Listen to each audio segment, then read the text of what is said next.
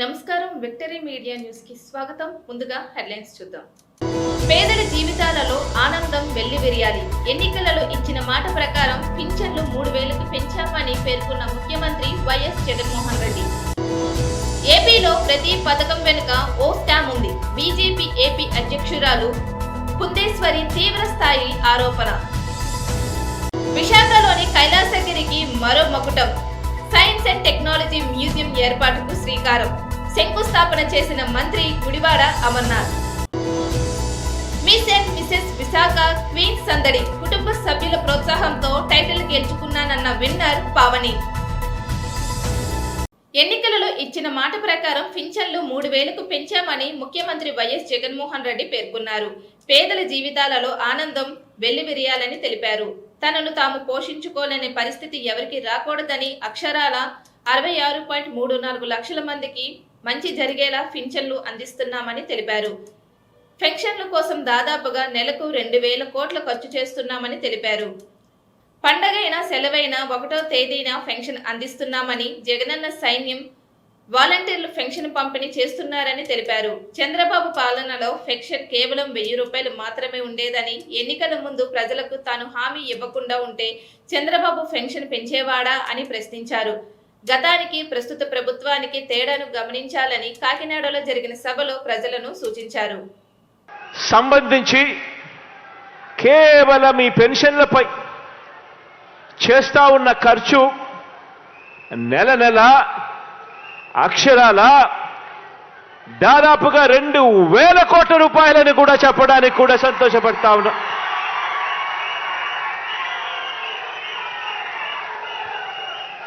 ఈరోజు నెలకు దాదాపుగా 2000 కోట్ల రూపాయలు ఖర్చు చేస్తా ఉన్న ఈ కార్యక్రమం 66,34,000 మందికి అందిస్తా ఉన్న ఈ పెన్షన్ నెల 1వ తారీఖున వచ్చేసరికి మాత్రం ఆ 1వ తారీఖున పండుగ దినమైనా సరే, ఆ 1వ తారీఖున సెలవు దినమైనా సరే, మిగిలిన ప్రపంచానికి అది పండుగ దినం కావచ్చు, మిగిలిన ప్రపంచానికి అది సెలవు దినం కావచ్చు. కానీ మీ జగనన్న సైన్యం, నా వాలంటీర్ తమ్ముళ్లకు చెల్లెమ్మలకు మాత్రం అది ప్రతి అవ్వ తాత ముఖంలో చిరునవ్వును చూసే రోజు. పొద్దున్నే సూర్యోదయానికన్నా ముందే చిక్కటి చిరునవ్వుతో గుడ్ మార్నింగ్ చెబుతూ మరి ప్రతి అవ్వకు ప్రతి తాతకు ఒక మంచి మనవడిగా, ఒక మంచి మనవరాలిగా తోడుగా చేయూతనిస్తా ఉన్న నా వాలంటీర్లకు మాత్రం అదే సెలవు దినం కాదు. ఈరోజు ఇంత మంచి కార్యక్రమం జరుగుతూ ఉంది. ఈరోజు ఒకసారి ఇంత మంచి కార్యక్రమం జరుగుతూ ఉన్న పరిస్థితుల్లో ఒక్కసారి గతానికి ఒక్కసారి వెళ్ళమని చెప్పి మిమ్మల్ని అందరినీ కూడా కోరుతా ఉన్నా. మీ బిడ్డ ప్రభుత్వం రాకమునుపు దాదాపుగా 5 సంవత్సరాల కిందట, దాదాపుగా 4.5 సంవత్సరాల కిందటికి ఒక్కసారి వెళ్ళి ఒక్కసారి పరిస్థితి గమనించమని కోరుతా ఉన్నా. ఒకవైపున లంచాలు, మరోవైపున వివక్ష, మరోవైపు విజయవాడలోని బీజేపీ రాష్ట్ర కార్యాలయంలో రాష్ట్ర పదాధికారులు, జిల్లా అధ్యక్షులు, ఇన్ఛార్జీల సమావేశం నిర్వహించారు. ఏపీ అధ్యక్షురాలు దగ్గుబాటి పురంధేశ్వరి అధ్యక్షతన జరిగిన సమావేశానికి జాతీయ సహ సంఘటన ప్రధాన కార్యదర్శి శివప్రకాష్, జాతీయ కార్యదర్శి వై సత్యకుమార్, జాతీయ కార్యవర్గ సభ్యులు సోము వీర్రాజు హాజరయ్యారు. పురంధేశ్వరి మాట్లాడుతూ, తెలుగుదేశం అధికారంలో ఉండగా 3 లక్షల కోట్లు అప్పు చేస్తే, వైసీపీ అధికారంలోకి వచ్చిన తరువాత 12 లక్షల కోట్లు అప్పు చేస్తే రాష్ట్ర పరిస్థితి ఎలా ఉంటుందో అర్థమవుతుందని తెలిపారు. సంక్షేమం మాత్రం ప్రధానమంత్రి నరేంద్ర మోదీ అమలు చేస్తున్నారని, ప్రపంచ వ్యాప్తంగా భారతదేశం ఖ్యాతి నరేంద్ర మోదీ వల్ల మాత్రమే పెరిగిందని తెలిపారు. మహిళలపై అత్యాచారాలు జరిగితే దిశ యాప్ ఏమైందని తీవ్ర స్వరంతో ప్రశ్నించారు.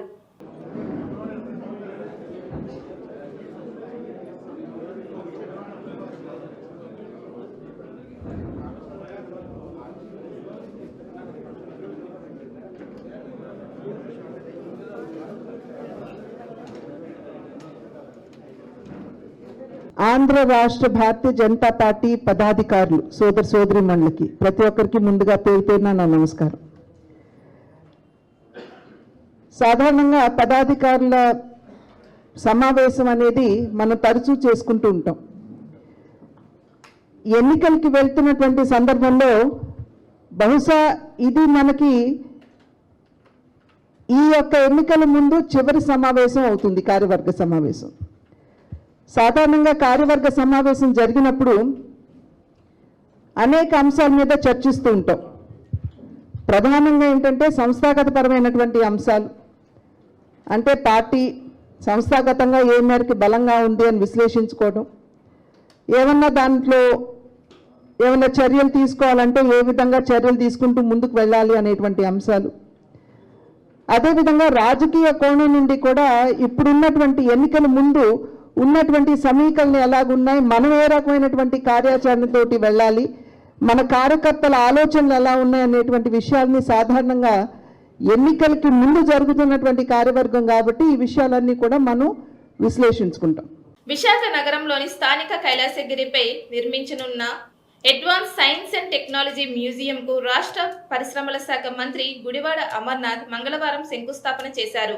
అనంతరం మంత్రి అమర్నాథ్ మాట్లాడుతూ 4.69 కోట్ల కేంద్ర నిధులు, 93.80 లక్షల రూపాయల సైన్స్ సిటీ ఆఫ్ ఆంధ్రప్రదేశ్ నిధులతో అత్యాధునికమైన మ్యూజియం నిర్మాణానికి కైలాసగిరిపై నిర్మించనున్నారని చెప్పారు.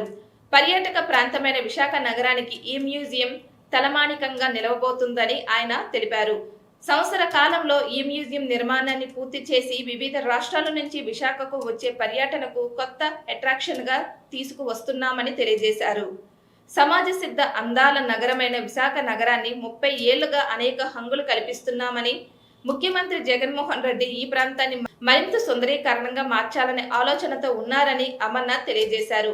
ఈ మ్యూజియంలో 3D ఆర్ట్ గ్యాలరీలు, silicon museum, solar science technology సంబంధించిన అనేక అంశాలను ఈ మ్యూజియంలో పొందుపరచనున్నామని చెప్పారు. భవిష్యత్తులో అందుబాటులోకి రానున్న సాంకేతిక పరిజ్ఞానం గురించి విద్యార్థులకు, యువకులకు తెలియజేయాలనే సంకల్పంతో ఈ మ్యూజియం నిర్మాణం చేపడుతున్నామని మంత్రి అమర్నాథ్ వెల్లడించారు. భవిష్యత్తులో సాంకేతిక పరిజ్ఞానంలో రానున్న మార్పులకు అనుగుణంగా ఈ మ్యూజియంను సిద్ధం చేస్తున్నారని ఆయన తెలిపారు.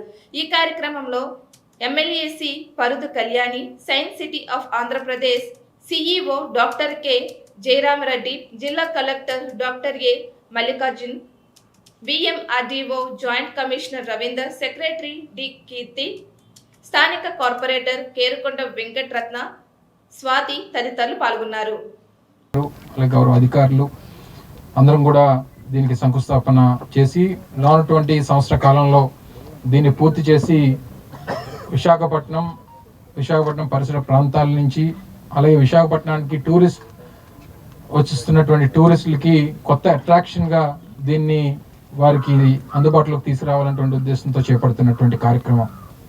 ఇప్పటికే మీ అందరికీ తెలుసు, దాదాపు 30 ఏళ్ళుగా విశాఖపట్నం వచ్చినటువంటి ప్రతి పర్యాటకుడికి కావలసినటువంటి అన్ని రకాలైనటువంటి సౌకర్యాలను అందించేటువంటి కైలాసగిరి ప్రాంతంలో అనేక సందర్భాల్లో అనేక అభివృద్ధి కార్యక్రమాలు చేపడుతూ వచ్చాం.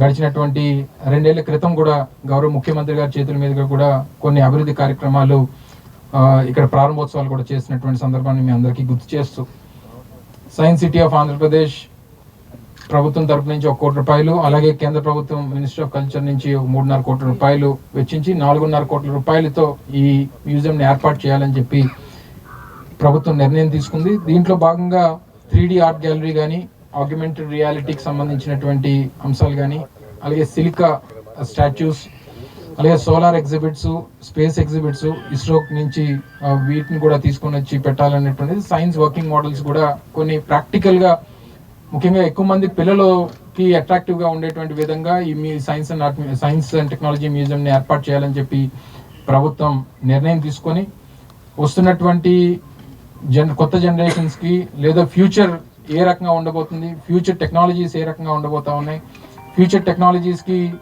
ముందుగానే పిల్లలకి వాళ్ళకి ఎడ్యుకేట్ చేసేటువంటి దానికి వారికి మరింతగా ప్రాక్టికల్గా దాన్ని ఫీల్ అయితే ఏ రకంగా ఉంటుంది అనేటువంటిది. గత కొద్ది రోజులుగా సమ్మె చేస్తున్న అంగన్వాడీలు జిల్లా కలెక్టర్ కార్యాలయానికి ముట్టడికి ప్రయత్నిస్తుండగా పోలీసులు భగ్నం చేశారు.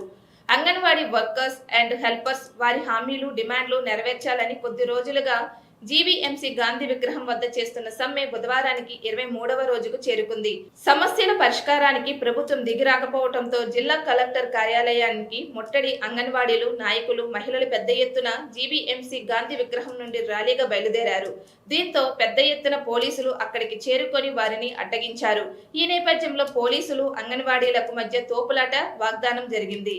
దీంతో ఒక్కసారిగా అక్కడ ఉద్రిక్తత వాతావరణం నెలకొంది. పోలీసులు బలవంతంగా అంగన్వాడీల నాయకులను, మహిళలను ఎక్కడికక్కడ పోలీసుల వాహనాలలో ఎక్కించి పోలీస్ కమిషనరేట్ సమీపంలో పోలీస్ కళ్యాణ మండపానికి తరలించారు. కొంతమంది అంగన్వాడీల పోలీసులు కళ్ళుగప్పి కలెక్టరేట్ కార్యాలయం వద్దకు చేరగా ముందస్తుగా అక్కడ ఉన్న పోలీస్ వారిని అదుపులోకి తీసుకున్నారు. పోలీసులు బలవంతంగా అరెస్టులు చేయడం నిరసిస్తూ అంగన్వాడీలు పెద్ద ఎత్తున ప్రభుత్వాన్ని వ్యతిరేకంగా నినాదాలు చేశారు. ఈ సందర్భంగా కార్మిక సంఘం నేత తులసి మీడియాతో మాట్లాడారు.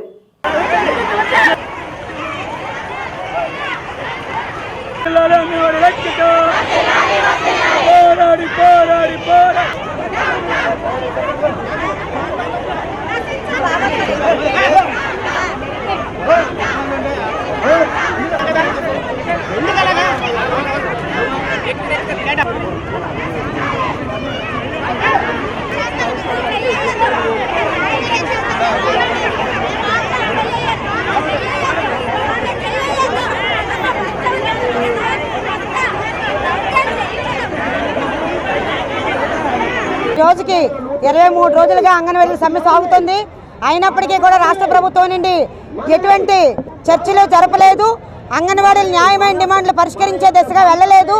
అందువల్ల ఈరోజు బహిరంగంగా జిల్లా మొత్తం మీద బహిరంగ ర్యాలీ ఏర్పాటు చేసి కలెక్టర్ గారికి మెమోరాండం ఇవ్వడం జరుగుతుంది. నిన్నటి నుండి జనవరి 5వ తేదీలోపా కానీ అంగన్వాడీలు విధుల్లోకి చేరకపోతే మీ విధుల నుండి తొలగిస్తామని చెప్పేసి కలెక్టర్లు నోటీసు ఇవ్వడం, అలాగే అధికారుల నుండి నోటీసులు రావడం, మాకు బెదిరింపు చర్యలు ఎక్కువయ్యాయి.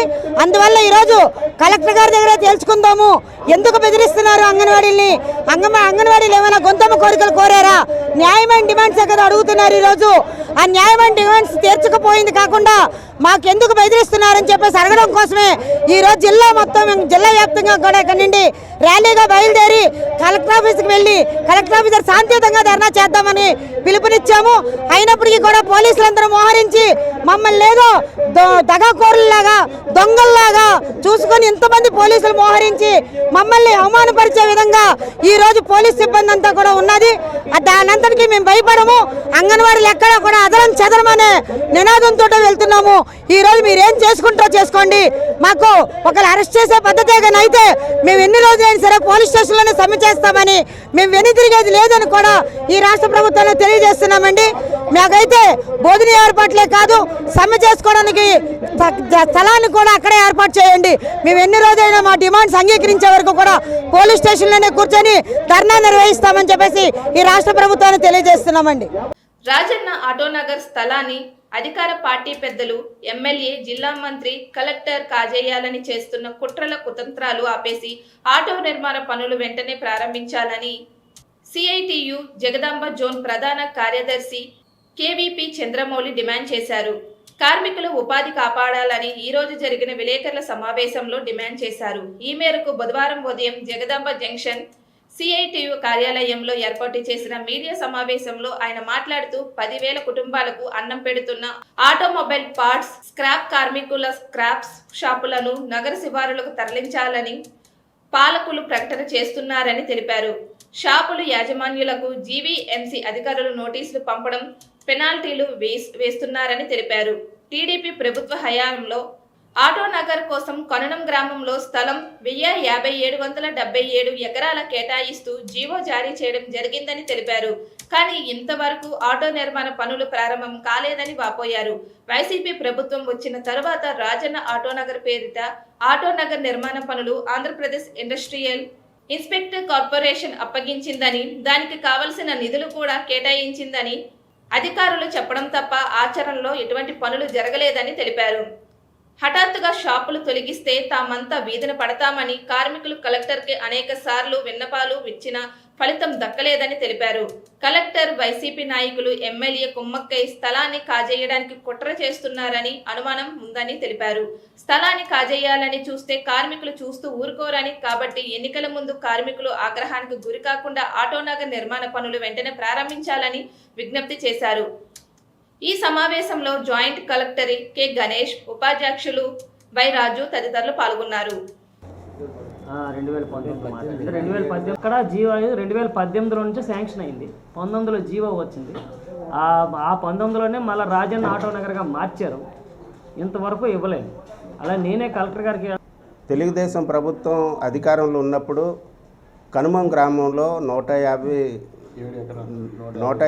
ఎకరాలు 0.77 స్థలాన్ని ఆ రోజు ప్రభుత్వం స్థలాన్ని శాంక్షన్ చేస్తూ ఒక జియో కూడా జారీ చేసింది. అప్పటి నుంచి ఇప్పటి వరకు అక్కడ ఆటో నగర్ నిర్మించాలని కార్మికులు అలాగే అసోసియేషన్ వాళ్ళు కూడా పెద్ద ప్రయత్నం చేస్తున్నారు. అయితే పాలకులు మొత్తం సిటీ అంతా కూడా స్క్రాప్ ఫ్రీ సిటీగా చేద్దామనేసి, స్మార్ట్ సిటీగా ఉండాలి, అది అందవికారంగా ఉంది స్క్రాప్ అంతా కూడా, దీన్ని అవుట్ ఆఫ్ సిటీ తరలించాలనేసి ఎప్పటి నుంచో ప్లాన్ చేసుకున్నారు. పాలకులు చేసుకున్న ప్లాను అమలు చేయడానికి మరి అక్కడ స్థలం కేటాయించాలి. అందులో ముఖ్యంగా దాదాపు 10,000 కుటుంబాలు దీని మీద బ్రతుకుతున్నాయి. వాళ్ళ యొక్క ఉపాధి పోతుంది. వాళ్ళకి భూమి శాంక్షన్ చేశారు, స్థలం శాంక్షన్ చేశారు. అలాగే Andhra Pradesh industrial infrastructure development corporation ఏదైతే ఉందో దానికి అది ఆటో నగర్ నిర్మాణానికి పనులు కూడా అప్పచెప్పడం జరిగింది. అయితే ఇక్కడ పాలకులు, వైఎస్ఆర్సీపీ యొక్క పాలకులు ఎవరైతే ఎమ్మెల్యేలు ఉన్నారు, అమర్నాథ్ కానీ లేకపోతే మన వాసుపల్లి గణేష్ కుమారు, అలాగే ఇక్కడ జిల్లా నాయకుడైన అవంతి శ్రీనివాస్ గారు, అలాగే సుబ్బారెడ్డి గారు, వీళ్ళంతా కూడా పెద్ద డ్రామా ఆడుతున్నారు. కలెక్టర్ కూడా ఈ భూమిని ఎలా కాజేయాలనే ఉద్దేశంతో కలెక్టర్ కూడా వాళ్ళతో కుమ్మకయడం సరైనది కాదు. మరింత కాలం నుంచి కార్మికులు పెద్ద ఎత్తున పోరాటాలు చేస్తున్నారు. కార్మికులు పాలాభిషేకం చేసినప్పుడు కూడా వాళ్ళంతా సహకారాన్ని అందించారు. మరి జగన్మోహన్ రెడ్డి గారికి ఈ విషయాలు తెలియవా అని సందర్భంగా అడుగుతున్నాం. అసలు ఎక్కడైనా భూమి ఉందంటే ఇది అసోసియేషన్ ఈ కార్మికులు.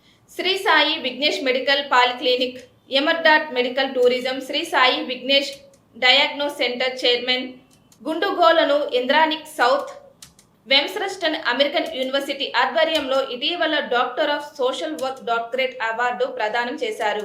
ఈ సందర్భంగా ఆమె బుధవారం డాబా గార్డెన్ బీజేఎఫ్ ప్లస్ క్లబ్లో నిర్వహించిన మీడియా సమావేశంలో మాట్లాడుతూ, గండుగొల్లును ఇంద్రాని మాట్లాడుతూ తాను గోపాలపట్నంలోని శ్రీ సాయి విఘ్నేశ మెడికల్ పోలిక్లినిక్ స్థాపించి గత 6 సంవత్సరాలుగా నిరుపేద మధ్యతరగతి ప్రజలకు ఉచితంగా మెడికల్ సేవలు 10 మంది డాక్టర్లతో అందిస్తున్నామని తెలిపారు.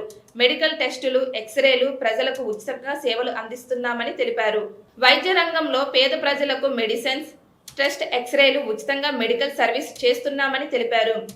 గండుగొల్స్ ఇంద్రాని సేవలు గుర్తించి అమెరికన్ యూనివర్సిటీ వారు గుర్తించిన గౌరవ డాక్టరేట్ అవార్డు పాండిచ్చేరిలో హైకోర్టు జడ్జిల సమక్షంలో అమెరికన్ యూనివర్సిటీ ప్రతినిధులు ఈ అవార్డును అందజేశారు.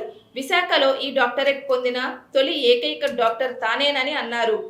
మీడియా సమావేశం ఆమె అమెరికన్ డాక్టరేట్ ప్రదర్శించారు. మీడియా సమావేశంలో క్లినిక్ ప్రతినిధులు కూడా పాల్గొన్నారు. అనాథ పిల్లలకి ఇంటీరియర్ ఏరియాస్లో ఇండివిజువల్గా కార్పొరేట్ హాస్పిటల్స్తో టైఅప్ అయ్యి ఈ మెడికల్ క్యాంప్స్ కండక్ట్ చేయడం జరిగిందండి. ఇది గుర్తించి సౌత్ వెస్టర్న్ అమెరికన్ యూనివర్సిటీ వాళ్ళు నాకు డాక్టరేట్ ఇవ్వడం జరిగింది పాండిచ్చేరిలో. ఇది చాలా పెద్ద బాధ్యతగా భావిస్తూ ఈ అవకాశాన్ని దీనికి చాలా సంతోషిస్తూ నా బాధ్యతను మరింత పెంచిందిగా అనుకుంటున్నాను. Thank you. రాము అండి, నేను central film censor board member, government of India.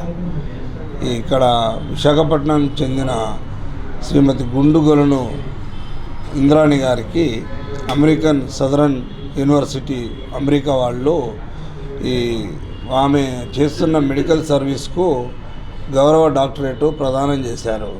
గత 6 సంవత్సరాల నుంచి ఇక్కడ గుండుగోలను ఇంద్రాణి గారు మెడికల్ సర్వీసు పేద ప్రజలకు బీదవారికి అందరికీ ఉచితంగా మందులు ఇవ్వటం, ఎక్స్రేలు, తర్వాత ప్రభుత్వంతో చర్యలు విఫలం కావడంతో ఏఐటియుసి ఇతర కార్మిక సంఘాలు పిలుపులతో భాగంగా జీవీఎంసీ ఎంప్లాయీస్ యూనియన్ ఏఐటియుసి ఆధ్వర్యంలో నేటి నుండి పర్మనెంట్ మరియు కాంట్రాక్ట్ కార్మికుల సమ్మెలోకి వెళ్లారు. ఈ సందర్భంగా జీవీఎంసీ గాంధీ విగ్రహం వద్ద జరిగిన ధర్నాలో జీవీఎంసీ ఎంప్లాయీస్ యూనియన్ అధ్యక్షులు పడాల రమణ మాట్లాడుతూ రాష్ట్ర వ్యాప్తంగా మున్సిపల్ రెగ్యులర్ ఎంప్లాయీస్ మరియు కాంట్రాక్ట్ అవుట్సోర్సింగ్ కార్మికుల సమస్యల పరిష్కారం పట్ల ప్రభుత్వానికి చిత్తశుద్ధి లేదని, నిన్న జరిగిన మంత్రివర్గ ఉపసంఘ చర్యల్లో కూడా అన్ని సమస్యల పరిష్కారానికి చేయడం చూస్తామని నాంచూడు ధోరణితో వ్యవహరించడం వల్లే పర్మనెంట్ ఎంప్లాయీస్, కాంట్రాక్ట్ అవుట్సోర్సింగ్ కార్మికులు ఈ రోజు నుండి సమ్మెలో దిగడం జరిగిందని తెలిపారు. అవుట్సోర్సింగ్ ఉద్యోగ కార్మికులను పర్మనెంట్ పై అలాగే సమాన పనికి సమాన వేతనం ఇవ్వాలని కోరారు.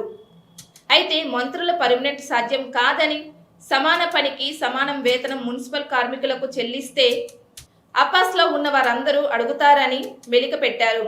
మా డిమాండ్లపై ప్రభుత్వం నుంచి స్పష్టత లేనందున అనివార్యంగా నేటి నుంచి మున్సిపల్ కార్మిక సంఘాల జేఏసీగా పర్మనెంట్ అవుట్సోర్సింగ్ ఉద్యోగ కార్మికులు సమ్మెలోకి వెళ్లాలని పిలుపునివ్వడం, సమ్మెలోకి కూర్చున్నామని, తమ డిమాండ్లు నెరవేరే వరకు ఉద్యమాన్ని కొనసాగిస్తామని స్పష్టం చేశారు.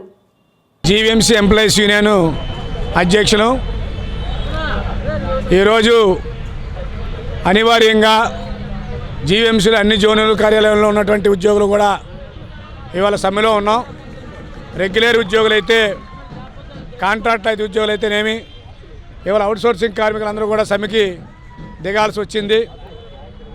ఈ సమ్మెకి అనివార్యంగా దిగడానికి గల కారణం కూడా ప్రభుత్వం ఉద్యోగులు కార్మికులు పెట్టినటువంటి డిమాండ్ల పరిష్కారం చేయడంపై సచివేత ధోరణితో ఉండడం వల్ల ప్రభుత్వమే మమ్మల్ని సమ్మెకి దిగేటట్టు చేసిందనే విషయాన్ని తెలియజేస్తూ ఉన్నాం.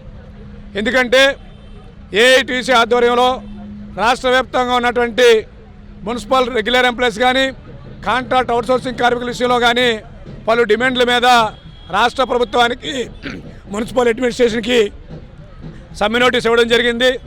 దాన్ని అనుసరించి వారు మమ్మల్ని చర్చలు పిలిచారు. చర్చలు పిలిచిన తర్వాత ఒక విడత చర్చల్లో మేము అన్నీ చేస్తాము, కొన్నాటికి జీవోల రూపాయలు ఇస్తామని చెప్పిన తర్వాత మేము కూడా డిసెంబర్ 27వ తేదీ జరిగిన సమ్మెని 3వ తారీఖుకి సమగ్ర శిక్ష అభినయ సంస్థలో పనిచేస్తున్న ఉద్యోగులు విద్యాశాఖలలో విలీనం చేసి రెగ్యులర్ చేయాలని సమగ్ర శిక్ష అభినయ్ యూనియన్ మహిళా నేత వసుమతి డిమాండ్ చేశారు. బుధవారం విశాఖలోని జీవీఎంసీ గాంధీ విగ్రహం వద్ద చేపట్టిన రిలే దీక్ష నేటికి 15వ రోజుకు చేరుకుంది. నిరసనలో భాగంగా ఉద్యోగులంతా వినూత్న రీతిలో నిరసన ప్రదర్శనలు నిర్వహించారు. అనంతరం ఆమె మాట్లాడుతూ తక్షణమే రాష్ట్ర ప్రభుత్వం ఉద్యోగులకు హెచ్ఆర్ పాలసీ అమలు చేయాలని, కాంట్రాక్ట్ అవుట్సోర్సింగ్ ఉద్యోగులకు సుప్రీంకోర్టు తీర్పు ప్రకారం సమాన వేతనం అమలు చేయాలని, పదవి విరమణ వయస్సు 62 ఏళ్లకు పెంచాలని తెలిపారు. వేతనంతో కూడిన మెడికల్ లీవులు మంజూరు చేయాలని, మెరుగైన హెల్త్ స్కీమ్లు అమలు చేయాలని కోరారు. ఈ కార్యక్రమంలో పలువురు ఉద్యోగులు కూడా పాల్గొన్నారు. పేరు వసుమతి అండి. నేను సమగ్ర శిక్ష ఉద్యోగిని. మేమందరం కాంట్రాక్ట్ అవుట్సోర్సింగ్ మరియు పార్ట్ టైంలో వర్క్ చేస్తున్నామండి. మేము 15 రోజులుగా ఇక్కడ దీక్షకి పూనుకున్నామండి. ఈరోజు 15వ రోజు. కానీ ప్రభుత్వం నుంచి ఎటువంటి ఇది కూడా లేదు. మేము ఉన్నామని కూడా ఆయన మర్చిపోయారు ఏంటో మరి మాకు తెలియట్లేదు. మా డిమాండ్స్ ఏంటంటే సార్, హెచ్ఆర్ పాలసీ కావాలి సార్. మాకు కావాల్సింది ఇవ్వకుండా వాళ్ళకి నచ్చింది ఇస్తామంటే మాత్రం మేము సమ్మె విరమించేది లేదు.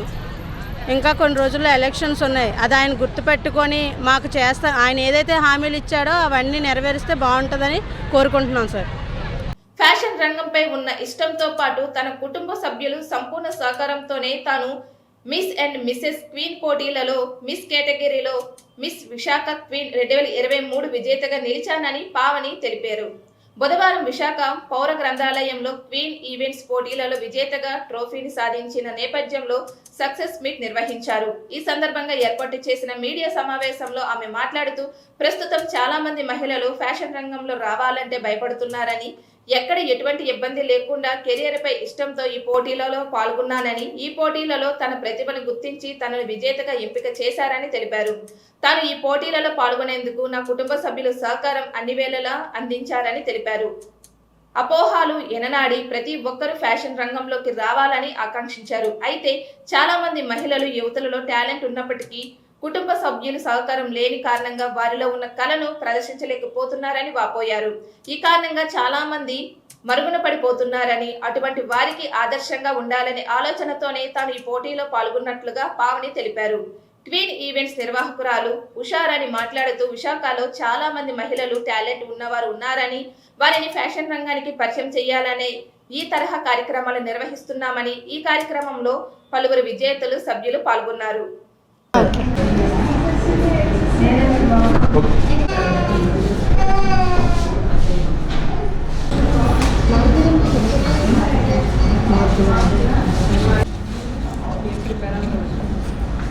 అందరికీ నమస్కారం. నా పేరు పావని. నేను miss and Mrs Visakha queen 2023లో టైటిల్ విన్నర్గా గెలిచాను. అందులో ఫస్ట్ టైం పార్టిసిపేట్ చేయడం జరిగింది. నేను ఇప్పుడు కాస్ట్ మేనేజ్మెంట్ అకౌంటెన్సీ కోర్స్ చదువుతున్నాను. Simultaneously doing with degree first year master minds కాలేజ్లో చదువుతున్నాను. ఇంకా మా ఫ్యామిలీ గురించి వచ్చేసరికి నేను, మా మదర్, మా మమ్మీ, మా నాన్నమ్మ అండ్ మా అక్క ఉంటున్నాం. ఇంకా నాకైతే మోడలింగ్ అనేది ప్యాషన్, చాలా అంటే చాలా ఇష్టమైనది. నేనైతే ఫస్ట్ టైంలో పార్టిసిపేట్ చేయడం జరిగింది. ఎక్స్పెక్ట్ చేశాను, ఎందుకంటే నా కాన్ఫిడెన్స్ నాకు ఉంది. సో దాన్ని బట్టి గెలుస్తానని అనుకున్నాను. And I won also.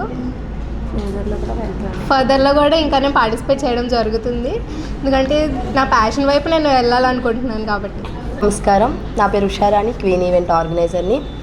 ఈరోజు miss and Mrs Visakha queen 2023 miss కేటగిరీలో విన్ అయిన పావని సక్సెస్ మీట్కి రావడం జరిగింది.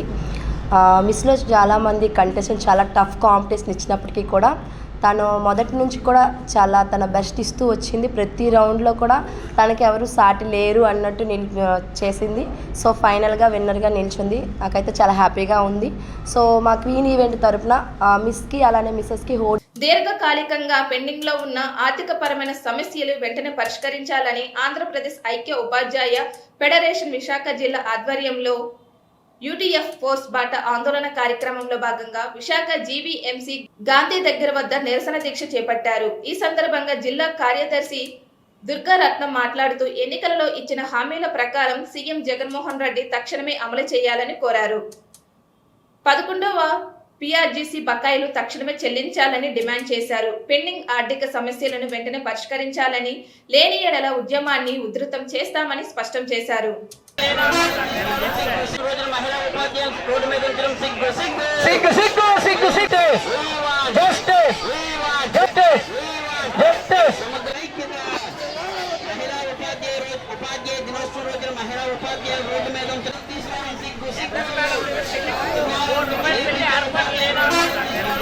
నా పేరు సుఖాసత్యం, యూటీఎఫ్ జిల్లా కార్యదర్శి.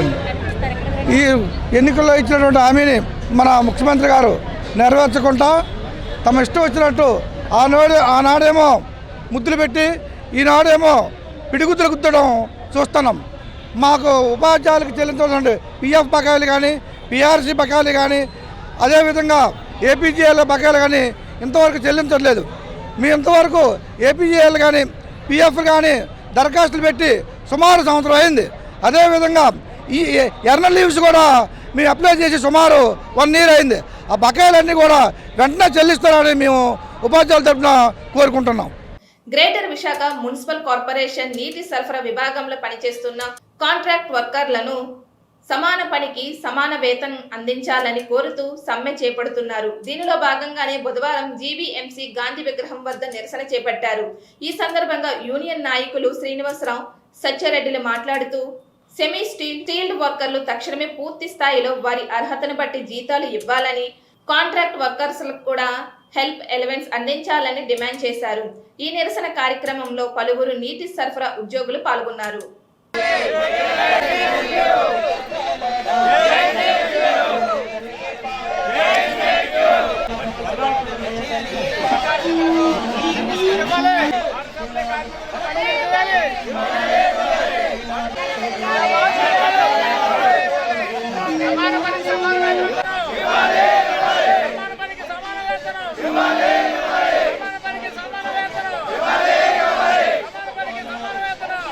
నా పేరు శ్రీనివాసరావు అండి, మాతా శ్రీనివాసరావు.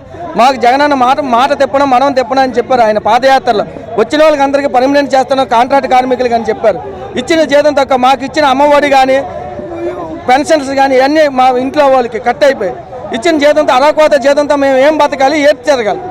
ఇవ్వాల్సిన జీతం మీద ఇస్తే మాకు 26,000 సమాన పనికి సమాన వేతనం ఇస్తే మా బతుకులే మేము బతుకుతాం. పేరు శంకర్ రెడ్డి, నేను సిఐటిస్ ప్రెసిడెంట్ని. Engineer section, water supply. మాకు సమాన పని సమాన యాత్రకి ప్రభుత్వం ఇస్తుందని దీని మీద మేము ఈరోజు స్ట్రైక్ చేస్తున్నాం. మొత్తం రాష్ట్ర వ్యాప్తంగా చేస్తున్నాం. అలాగే గవర్నమెంట్ పథకాలు కూడా మాకు ఆమోదం అవ్వట్లేదు. ఆప్కోస్ అనే సంవత్సరం 2021లో గవర్నమెంట్ తీసుకొచ్చింది. అప్పుడు 15,000 రూపాయలు జీతం ఇస్తూ. బులెటిన్ ముగించే ముందు హెడ్లైన్స్ మరోసారి. పేదల జీవితాలలో ఆనందం వెల్లివిరియాలి. ఎన్నికలలో ఇచ్చిన మాట ప్రకారం పింఛన్లు 3,000కు పెంచామని పేర్కొన్న ముఖ్యమంత్రి వైఎస్ జగన్మోహన్ రెడ్డి.